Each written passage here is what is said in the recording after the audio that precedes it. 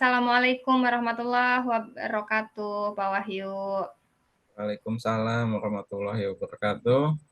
Oke, gimana kabarnya, Pak? Alhamdulillah ini Bu, sehat walafiat ini Bu. Alhamdulillah ya, walaupun cuaca sedang tidak bersahabat gitu ya, sering hujan, tapi harus tetap sehat, jaga kesehatan karena banyak yang menanti kita, baik keluarga maupun siswa kita di kelas ya, Pak Wahyu ya. Iya Bu, benar sekali itu Bu. Makan dan minum yang cukup plus vitamin Bu, rasanya Nah, cukup iya. itu. Tentunya ya, supaya tetap fit. Ini Pak Wahyu, saya ingin membicarakan tentang proses coaching yang akan Bapak lakukan ya bersama Bu Esi, begitu Pak Wahyu? Ya benar sekali Bu, dengan Bu Esi nanti insya Allah. Oke, jadi di sini saya akan berbincang-bincang terkait hal tersebut ya. Di sini saya akan bertindak sebagai supervisor yang nantinya akan mengobservasi dan mendiskusikan beberapa hal kepada Pak Wahyu. Jadi nantinya saya akan mengamati dalam proses coaching Pak Wahyu bersama Bu Esi. Dan saya juga memiliki rubrik penilaian ya Pak Wahyu ya yang nantinya akan saya amati dan menilai berdasarkan rubrik tersebut.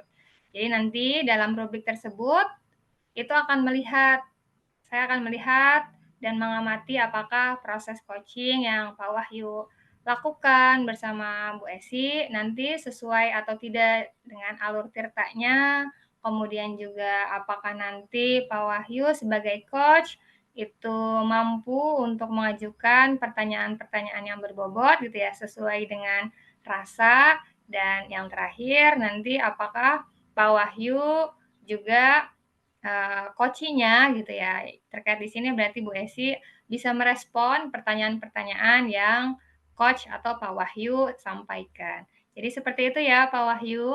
Ya Bu, benar seperti itu Bu. Oke. Nah, nanti sini akan melihat nih ya, selain dari rubrik yang sudah saya jelaskan, di sini juga saya akan menyampaikan terkait apakah nanti prinsip coaching-nya sudah berjalan atau belum dari proses coaching yang dilaksanakan. Nanti saya akan menilai prinsip coaching seperti kemitraan, kemudian proses kreatif, dan juga bagaimana memaksimalkan potensi dari coaching. Jadi gitu ya Pak Wahyu ya. Ya Bu, benar Bu, benar. Oke, baik. Jadi sebelum lanjut ke proses coaching, mungkin ada beberapa pertanyaan nih yang ingin saya tanyakan kepada Pak Wahyu ya Pak Wahyu. Ya Oke, Bu. dari proses supervisi ini, kompetensi apa sih yang ingin Pak Wahyu kembangkan gitu?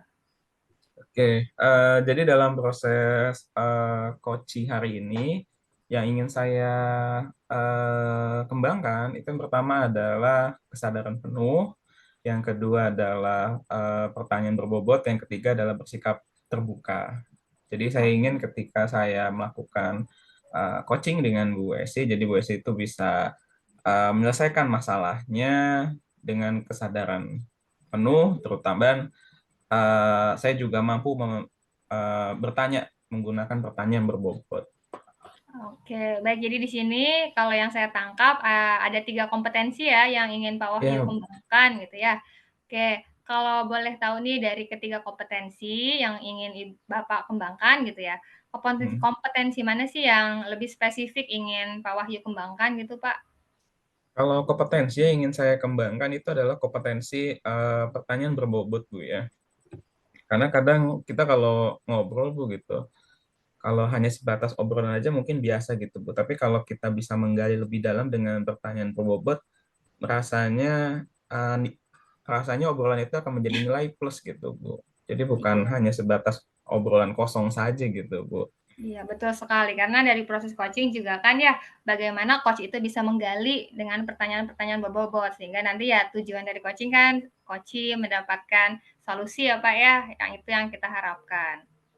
Ya, benar Bu. Oke, jadi di sini Pak Wahyu lebih spesifiknya ada satu kompetensi yaitu bertanya dengan pertanyaan berbobot. Oke, berikutnya Pak Wahyu terkait dengan indikator. Jadi pada saat coaching nih nanti indikator seperti apa yang Pak Wahyu harapkan dari coaching? Oke. Jadi saya ingin coach tersebut mengungkapkan gagasan-gagasan dan ide serta mampu memecahkan masalahnya sendiri Bu dan dibantu oleh saya selaku coach dengan pertanyaan berbobot gitu. Jadi hanya sebatas pertanyaan, tapi ide dan gagasan itu muncul dari coachnya gitu, Bu. Iya, betul sekali, iya. Jadi begitu ya, Pak Wahyu, harapan dari Pak Wahyu gitu. Oke, ini kita sudah cukup ya Pak Wahyu untuk pertanyaan-pertanyaan yang saya ajukan. Mungkin setelah ini Pak Wahyu bisa melakukan coaching nanti bersama Bu Esi, dan nanti saya akan mengamati proses coaching dari Pak Wahyu bersama Bu Esi. Seperti itu ya Pak Wahyu. Ya, Bu, siap. Oke, nanti setelah coaching selesai, nanti kita juga akan berbincang-bincang kembali, ya. Ya, siap, Oke. Bu. Oke, jadi saya persilahkan Pak Wahyu untuk melakukan coaching, dan saya juga berharap proses coaching yang akan dilaksanakan berjalan dengan baik. Oke, saya akhiri ya Pak Wahyu. Assalamualaikum. Waalaikumsalam, Ibu. Terima kasih, Bu.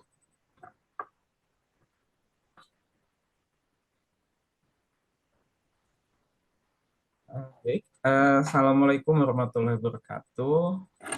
Selamat Waalaikumsalam. sore, Bu Esi. Sore, Pak Wahyu. Gimana ini, Bu, kabarnya?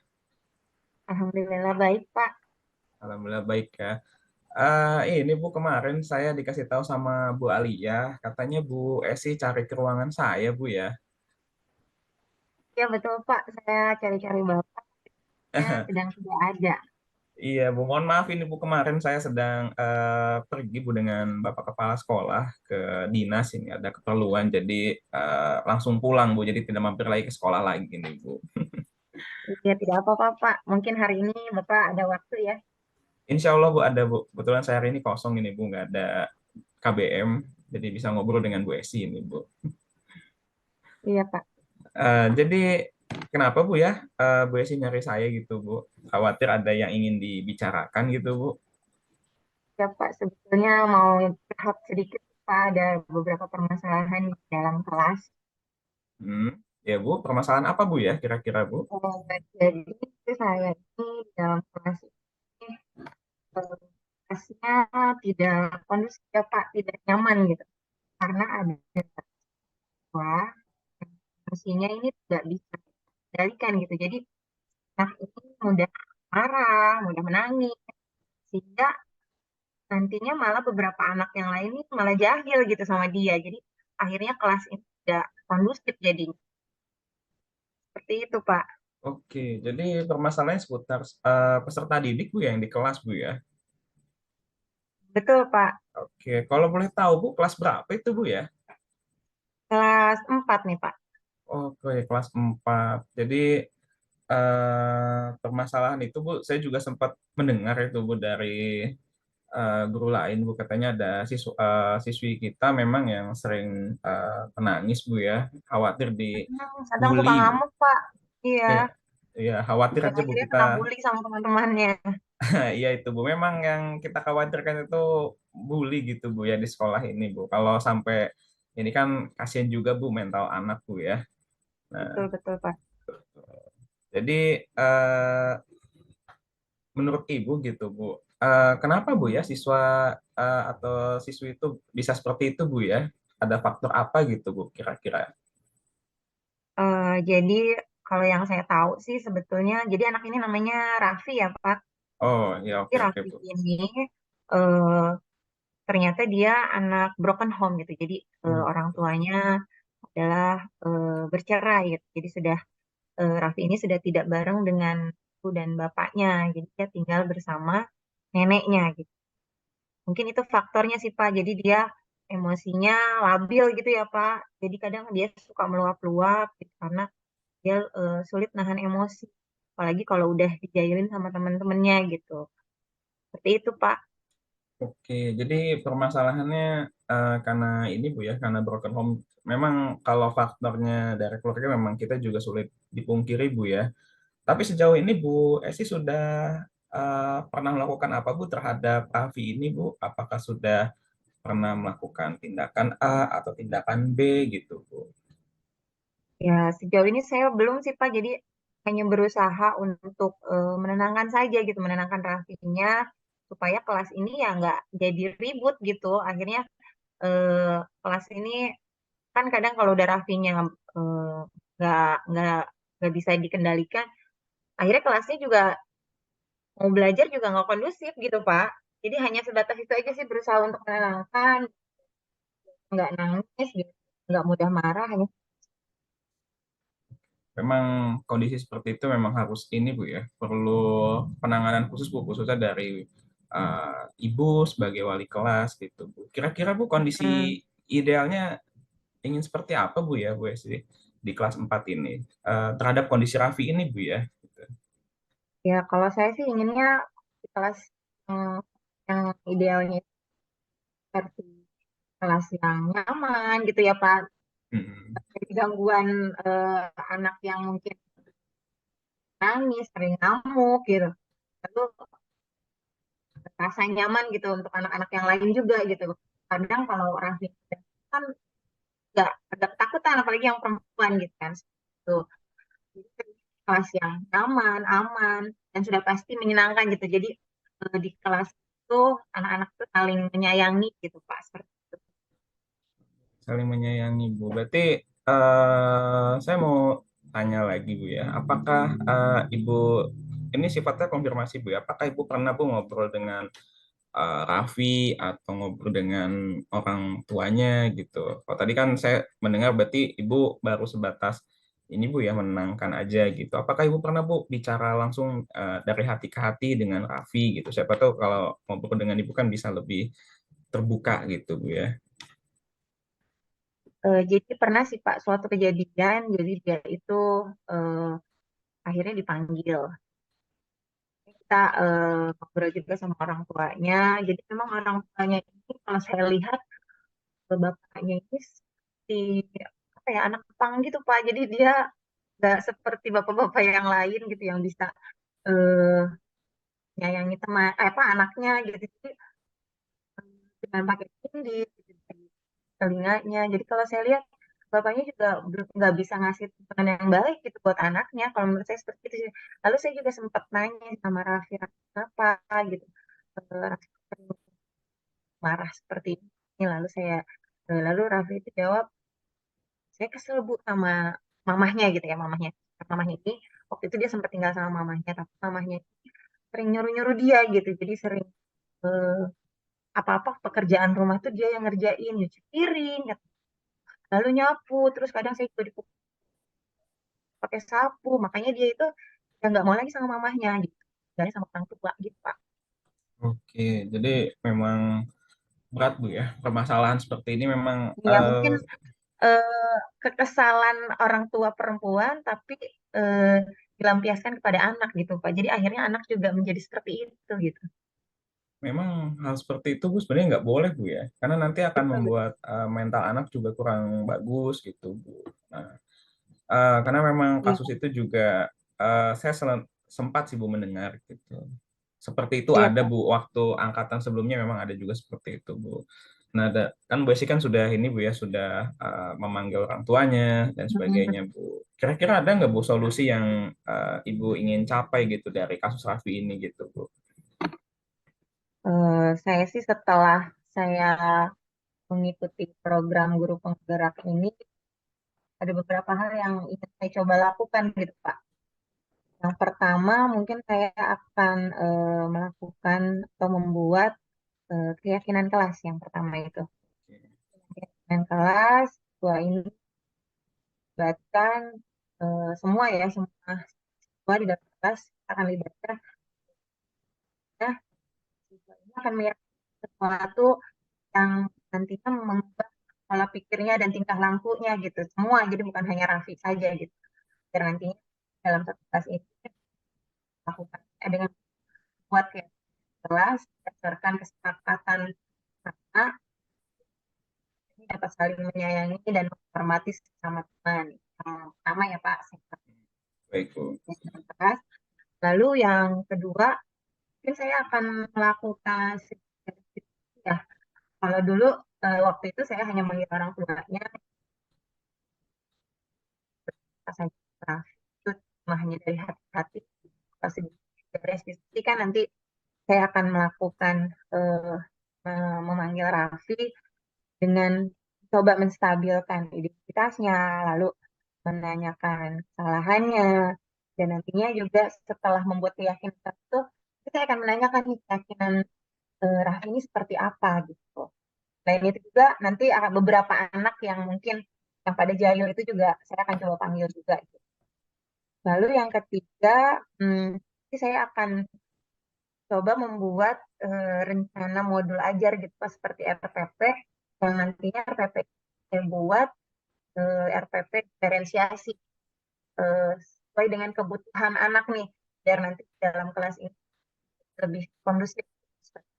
Selain itu juga di dalam RPP diferensiasi nanti saya akan memasukkan kompetensi sosial emosionalnya, jadi supaya anak-anak di dalam kelas bukan menyerang, bisa mengontrol emosinya. Seperti itu. Saya akan eh, apa ya memasukkan SDG gitu supaya anak-anak juga dalam pertengahan pembelajaran itu nanti lebih rileks gitu. Seperti itu Pak, itu aja sih. Oke.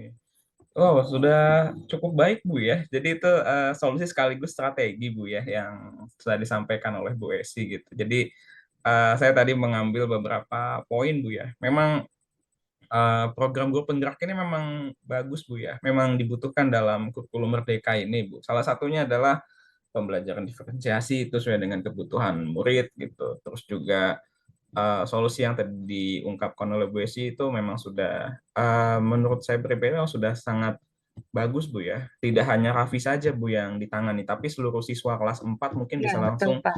ditangani oleh Bu Esi gitu sekaligus gitu. Jadi sebagai seorang guru ya, khususnya wali kelas ya Bu Esi, jadi tidak perlu capek untuk menangani satu persatu anaknya karena sudah bisa include di dalamnya gitu dalam pembelajaran diferensiasi dan apa solusi yang tadi disampaikan oleh Bu Esi gitu. Kira-kira ini Bu ya, kapan ini Bu rencananya akan diterapkan ini Bu di kelas 4 ini Bu? Saya sih inginnya eh, startnya sih Pak, kalau hari ini saya setelah berbicara sama Bapak tiba-tiba tercerahkan nih, tiba-tiba tadinya dari kemarin-kemarin tuh apa yang bisa saya lakukan gitu. Setelah dengan Bapak itu muncul, baru terpikir gitu Pak. Ya mudah-mudahan setelah ini saya akan langsung melaksanakan nih yang pertama tadi. Kita akan langsung keyakinan kelas nih bersama-sama siswa.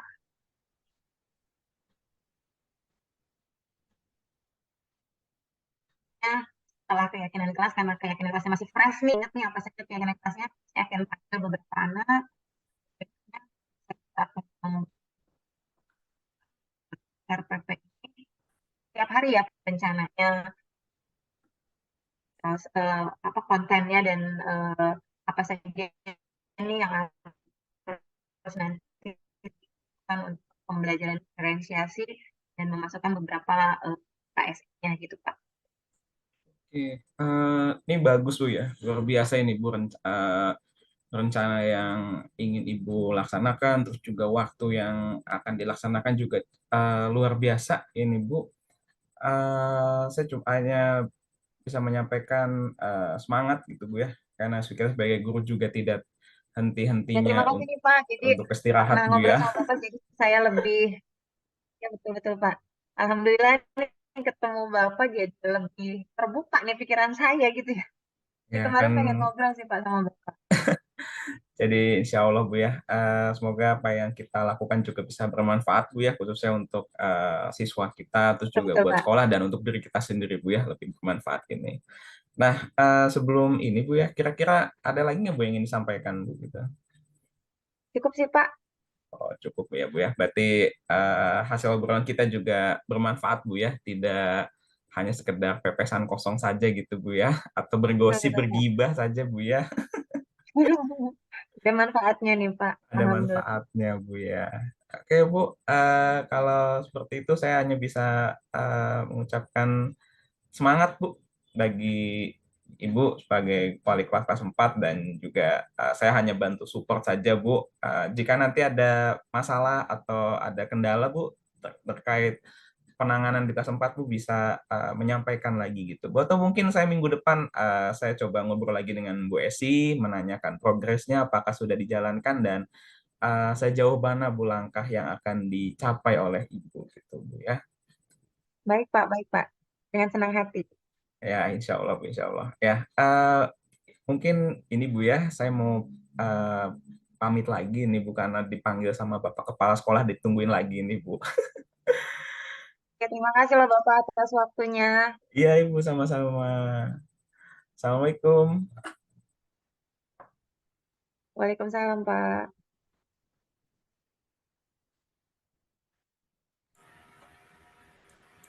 Oke.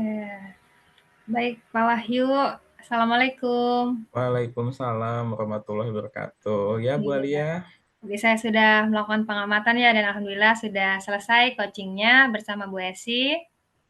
Iya, Bu, Alhamdulillah ini. Iya, Walaupun sedikit ngap-ngapan ini, Bu ya. iya, alhamdulillah tapi sejauh ini lancar ya Pak ya. Karena Alhamdulillah, lancar. tadi saya lihat sudah melakukan coaching dengan baik dan setelah ini mungkin akan ada beberapa pertanyaan ya Pak Wahyu Ya, ya Bu. Siap. yang akan saya tanyakan terkait dengan pasca observasi setelah Bapak melakukan proses coaching bersama Bu Esi. Baik Pak, mungkin yang pertama nih dari proses coaching yang telah dilakukan oleh Pak Wahyu, dari Bapak sendiri bagaimana Bapak menilai gitu ya performa Pak Wahyu tadi berproses coaching bersama Bu Esi terkait dengan kompetensi coachingnya? Oke.